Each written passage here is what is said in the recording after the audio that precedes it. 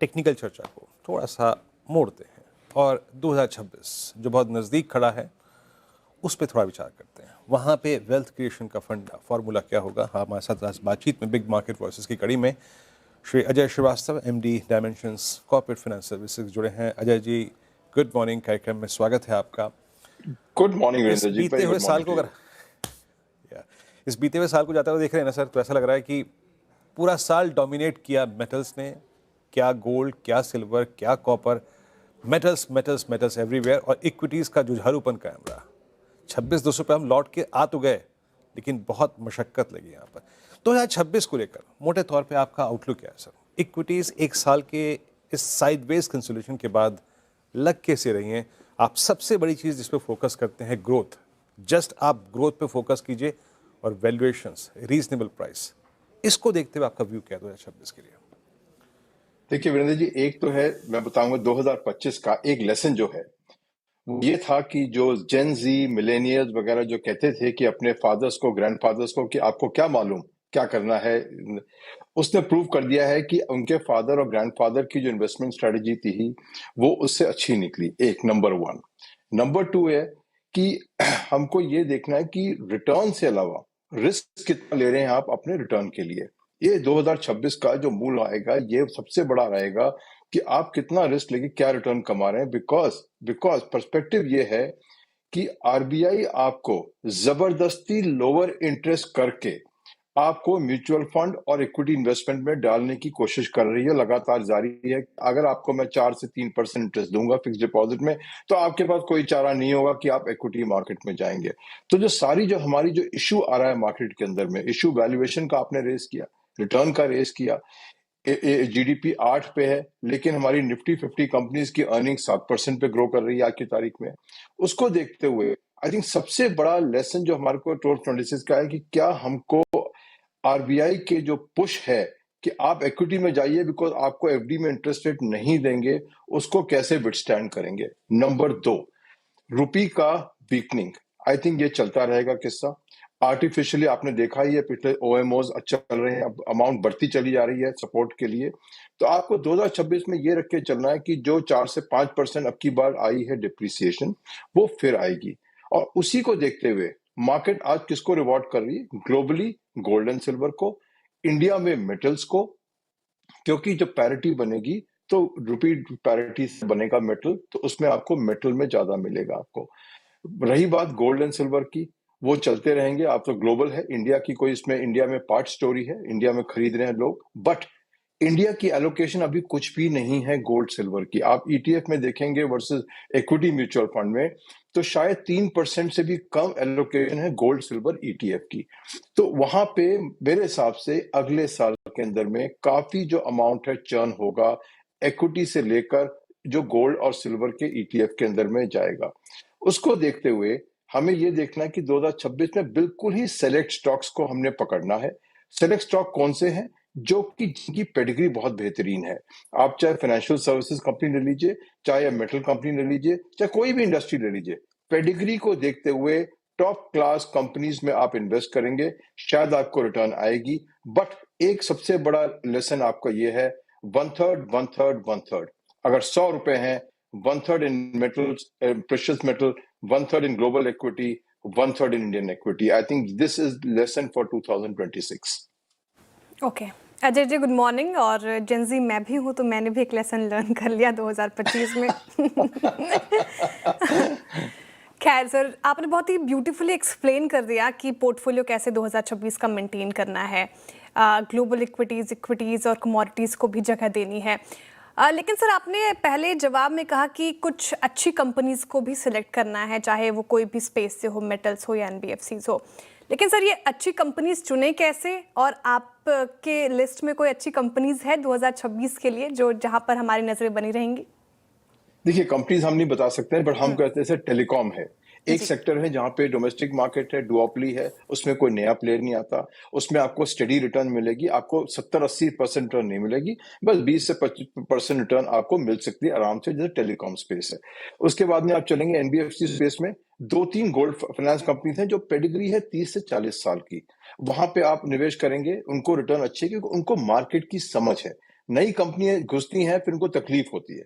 तीसरी set of companies है जहां पे पीज ने इन्वेस्ट किया है या ज्यादा इन्वेस्टमेंट आई है, लाइक एनबीएफसीज में। जहां जहां इतनी बड़ी अमाउंट आ रही है एनबीएफसी के अंदर इन्वेस्टमेंट, उन कंपनी का नेचुरली बढ़ना जरूरी है, बिकॉज कैपिटल आ गया उनके पास में, वो ग्रो कर सकती हैं।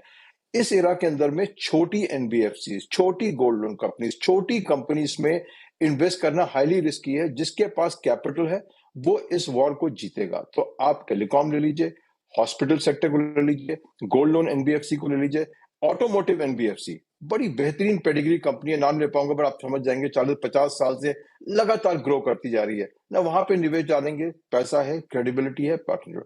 आपको इसमें रिस्क क्यों मैंने बोला कि आपने देखा होगा कि जितनी भी नई कंपनी आईपीओ में आई हैं, उनमें सब इन्वेस्टर्स आज की तारीख में बेचने के लिए खड़े हैं। तो आपको यह देखना है कि जहां पे लिक्विड डाइल्यूशन सबसे कम हो, वहां आपका निवेश हो। जहां सभी बेचने के लिए खड़े हैं, वहां पे आपका रिटर्न बहुत मुश्किल होना आने के लिए, और वहां पे शॉर्टकट्स भी होंगे, रॉन्ग डिस्क्लोजर्स भी होंगे, बहुत सारी चीजें होंगी। तो मैं ये कहूंगा, जहां जहां स्टेबिलिटी है कैपिटल स्ट्रक्चर की, आप 2026 में वहां इन्वेस्ट करिए। जहां जहां आप देख रहे हैं कि लगातार प्रेशर आ रहा है ब्लॉक डील्स का, वहां से निकल लीजिए। चाहे कंपनी जो मर्जी आपको अनाउंस करती रहे। एक कंपनी थी जिसने अनाउंस किया था कि हम 25% ग्रो करेंगे, बड़ी बेहतरीन कंपनी, इंडिया की लार्जेस्ट ग्रुप से थी, रिटेल कंपनी, और अगले क्वार्टर में उसने डीग्रो दिखा दिया। तो आपको ये देखना है कि भैया, नंबर 4, हाई पी कंपनीज को बिल्कुल भूल जाइए। 70-80 पीस को अब शॉर्ट कर दीजिए, बल्कि लॉन्ग तो भूल ही जाइए। ये है मौसम जहां पे वैल्यूएशन की बात हो रही थी, 70 की पी पे रिटेल कंपनी। आप बताइए, हम एआई कंपनी नहीं खरीदते हैं 70 पे यूएस में, हम इंडिया में रिटेल परचून की दुकान खरीदेंगे 70% पी पे। तो ये अपने अच्छी कंपनी का नेगेटिव भी होता है। हाई पी लो ग्रोथ को बिल्कुल पोर्टफोलियो से निकाल दीजिए। Jam, high P low growth को पोर्टफोलियो से बिल्कुल निकाल दीजिए। अच्छा, एक चीज़ होती है एग्जीक्यूशन, मतलब इसी सिद्धांत पर चलते हुए पूरे आईटी को बाजार ने इस बार तवज्जो नहीं दी। ठीक है, हालिया प्राइस टच हैं, सब एआई को चेस कर रहे थे अजय जी यूएस में, और एआई का एग्जीक्यूशन, उनका ऑर्डर बुक का कन्वर्जन बहुत स्ट्रॉन्ग था। अब आप क्या राय रखते हैं एक एआई के बहुत बड़े मूव के बाद, ये जो हमारी आईटी कंपनियां हैं, इन जो प्राइस डैमेज हुआ था यहाँ पर और जो डिफरेंशियल परसिस्ट करता है, अभी क्या आईटी पर CY26 में कोई कंस्ट्रक्टिव व्यू है आपका? देखिए, जब तक इनकी मैनेजमेंट चेंज नहीं होगी वीरेंद्र जी, हम इनके नहीं खरीदेंगे। इनकी और पीएसयू में कोई फर्क नहीं है। मैनेजमेंट और पीएसयू में सब बैठे हुए हैं, ईसॉप फ्री में ले रहे हैं, खा पी रहे हैं, घर जा रहे हैं अपने आराम से। कोई ग्रोथ में, कोई एक्विजिशन नहीं, कोई नई डेवलपमेंट। आपको सेम मॉडल लगाते लगाते कितना थक नहीं गए आप? पिछले 5 साल से आपने इन्वेस्टर्स को रिटर्न नहीं दिया है, अकाउंटेबिलिटी जीरो है आपकी, रुपी डॉलर के बेनिफिट पे आप कंपनी चला रहे हैं। ऐसी कंपनी में आईटी में अगर डालना है पैसा, तो मैं बोलूंगा इतनी सारी कंपनी विदेश में है और इंडिया अलाउ करती है आपको निवेश करना विदेश में, तो हम क्यों नहीं वहां पे जाएंगे जहां पे नए एप्लीकेशन आ रहे हैं, नई डेवलपमेंट आ रही है। ना कि ये ब्यूरोक्रेटिक कंपनी जिनका एक ही पर्पस है लाइफ में, डिविडेंड दे दीजिए और खा लीजिए घर पे आप जाके। आप थोड़ी बहुत एक्विजिशन कर रहे हैं, बट उनकी डायरेक्शन क्या है? कोई डायरेक्शन है, कोई टेक्नोलॉजी है, कोई ग्लोबल थिंग है? एक बड़ी अच्छी बात बोली किसी ने, मैंने अखबार में पढ़ा था, कि क्या हम कोई चीज ऐसी करते हैं जो दुनिया को हमसे जरूरत पड़ती हो। आईटी में हमने क्या कोई ऐसा इनोवेशन किया, सर्विसेज प्लेटफॉर्म किया, दुनिया ने यूज किया, पर कोई टेक्नोलॉजी हमारी ऐसी है जो दुनिया में हमसे लोग कह रहे हैं कि आप हमको दे दीजिए। ये हमारी आईटी कंपनीज ने गवर्नमेंट का फायदा उठाया, टैक्स ब्रेक जो मिली है 15 साल का फायदा उठाया, लैंड फ्री में मिली फायदा उठाया, और इंडिया को ऐसे माहौल पे छोड़ दिया है कि इंडिया एआई के नाम पे आता ही नहीं है कहीं ग्लोबल रैंकिंग में। तो ऐसी कंपनी में मैं अभी बोलूंगा, जब तक मैनेजमेंट चर्न सीरियस नहीं होगा, तब तक निवेश करने का कोई फायदा नहीं है। आपको इतने ऑल्टरनेटिव हैं, इनसे दूरी रहिए।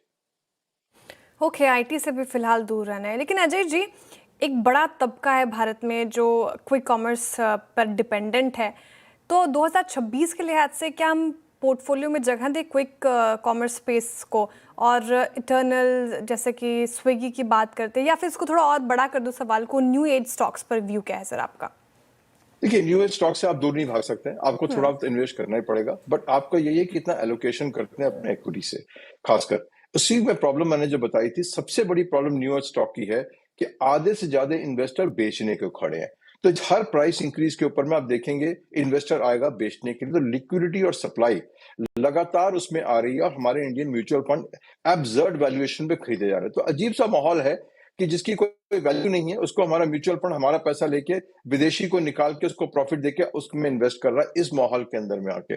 तो इसको वनस्पत देखते हुए इमोशनली आप इन चीजों को कंज्यूम करते हैं तो आप उनको लेते हैं, बट वैल्यूएशन देख लीजिए, कैश फ्लो देख लीजिए, इन्वेस्टर एपेटाइट देख लीजिए, वो रूल यही कहेगा कि इनसे रिटर्न कमाना आप लकी हो सकते हैं, बट आपकी इंटेंशनल बहुत मुश्किल है। तो मैं ये कहूंगा एलोकेशन रखिए, थोड़ी रखिए जितनी आपकी हिम्मत है आपकी इस रिस्क की, बट इतनी ज्यादा मत कर दीजिए, बिकॉज आपका पैसा आपका उनका जो ओरिजिनल इन्वेस्टर है वो लेके जाएगा।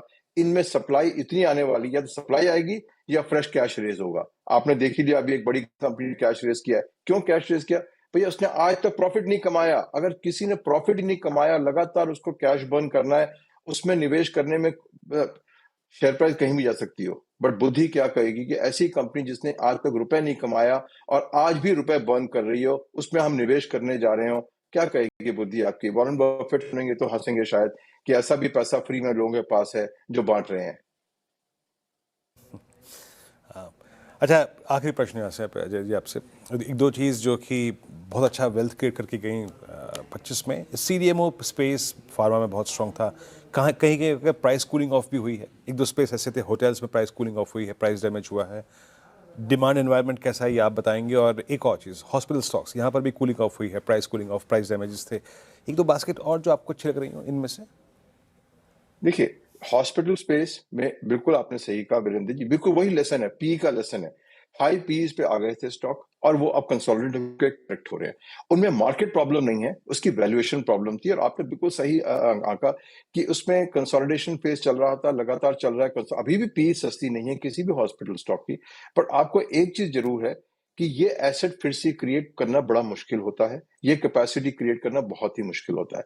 इसलिए हमने निवेश किया हुआ है हॉस्पिटल में, करेक्शन पे बिल्कुल और निवेश किया भी हमने इसके ऊपर में, और वो सेक्टर हमको बहुत अच्छा लगता है, बिकॉज लॉन्ग टर्म जो इंडिया की प्राइवेट हेल्थ है वही रहेगी। इंडिया की गवर्नमेंट का आपने एलोकेशन देखा है काफी कम हो चुका है, तो उस सेक्टर में डिमांड सप्लाई की, और सप्लाई आती नहीं है आसानी से। आपने बंबई में अस्पताल नहीं बना सकते हैं रातों रात उसके अंदर में, तो इसलिए हॉस्पिटल सेक्टर को वैल्यूएशन देखते हुए स्लोली एक्यूमुलेट करिए, बट एक्यूमुलेट जरूर करिए ना। बड़ी सीडीएमओ स्पेस की, सीडीएमओ स्पेस बेहतरीन स्पेस है, इंडिया की बड़ी एडवांटेज है, ग्लोबल एडवांटेज है इंडिया की। उसके ऊपर में यूएस के टैरिफ का एक रिस्क है, बट तब भी हम इंडिया में इतना ज्यादा रिस्क नहीं जितना हम समझते हैं, बट उसमें एक ही प्रॉब्लम है सीडीएमओ के अंदर में कि कंपनीज में वॉलेटिलिटी है, तो आपको बहुत ही रिसर्च करनी पड़ेगी कौन सी कंपनी कब करेगी। तीसरी बात, पेशेंस। सीडीएमओ में जो कैपेसिटी क्रिएट होती है तो रिटर्न आने में कम से कम 5 से 7 साल लगते हैं। आपने कई देखे होंगे एग्जांपल कि कैपेक्स किया, 2 साल बहुत बुरी परफॉर्मेंस रही और फिर परफॉर्मेंस आएगी। तो सीडीएमओ का निवेश करिए, रुपी डॉलर का बहुत बेनिफिट है, डिमांड में कोई इशू नहीं आ रहा मार्केट के अंदर में, इंडिया में बहुत डिमांड आ रही है, चाहे सीडीएमओ केमिकल का ले लीजिए, चाहे बायोलॉजिक्स का ले लीजिए, सीडीएमओ जो अभी चल रहा है। बट पेशेंस रखिएगा अगर लार्ज कैपेक्स हो रहा है कंपनी के अंदर में, कि उस कंपनी को टाइम लगेगा रिटर्न करने के लिए। चौथी बात ये रही सीडीएमओ के अंदर ख्याल रखना आपको कि रिसर्च इसलिए करनी है कि डिमांड में क्या हो रहा है, बिकॉज 2-4 कस्टमर अगर उनके टूट गए तो सीडीएमओ के अंदर में बहुत पनिशिंग होती है, और एग्रोकेमिकल सीडीएमओ में खासकर बहुत जबरदस्त पनिशमेंट होती है अगर एक भी कस्टमर आपका उलट गया। तो ये इन्वेस्टमेंट वो है, अनलाइक टेलीकॉम, जो रिसर्च करनी पड़ेगी, फॉलोअप करनी पड़ेगी, आपको मेहनत करनी पड़ेगी इसके साथ में। बेहतरीन इन्वेस्टमेंट है बट मेहनत लेगी। टेलीकॉम इन्वेस्टमेंट बेहतरीन इन्वेस्टमेंट है लेकिन मेहनत नहीं लेगी आपकी। हॉस्पिटल सेक्टर मेहनत नहीं लेगी आपकी। तो उसको देखते हुए आप देखिए कितना एपेटाइट है आपके पास में। सेक्टर ठीक है बट रिसर्च की जरूरत है इसमें बिफोर निवेश करने से। बिल्कुल अजय जी, बहुत बहुत शुक्रिया, इतनी अच्छी तरीके से आपने सभी सवालों के जवाब दिए सर, और CNBC आवाज के तरफ से आपको नववर्ष की हार्दिक शुभकामनाएं। आपका आने वाला साल बहुत ही बेहतरीन जाए। आप सबको भी गोल्ड सिल्वर की शुभकामनाएं। Gold silver and platinum too sir, copper plus. Thank you so much sir, thank you very much.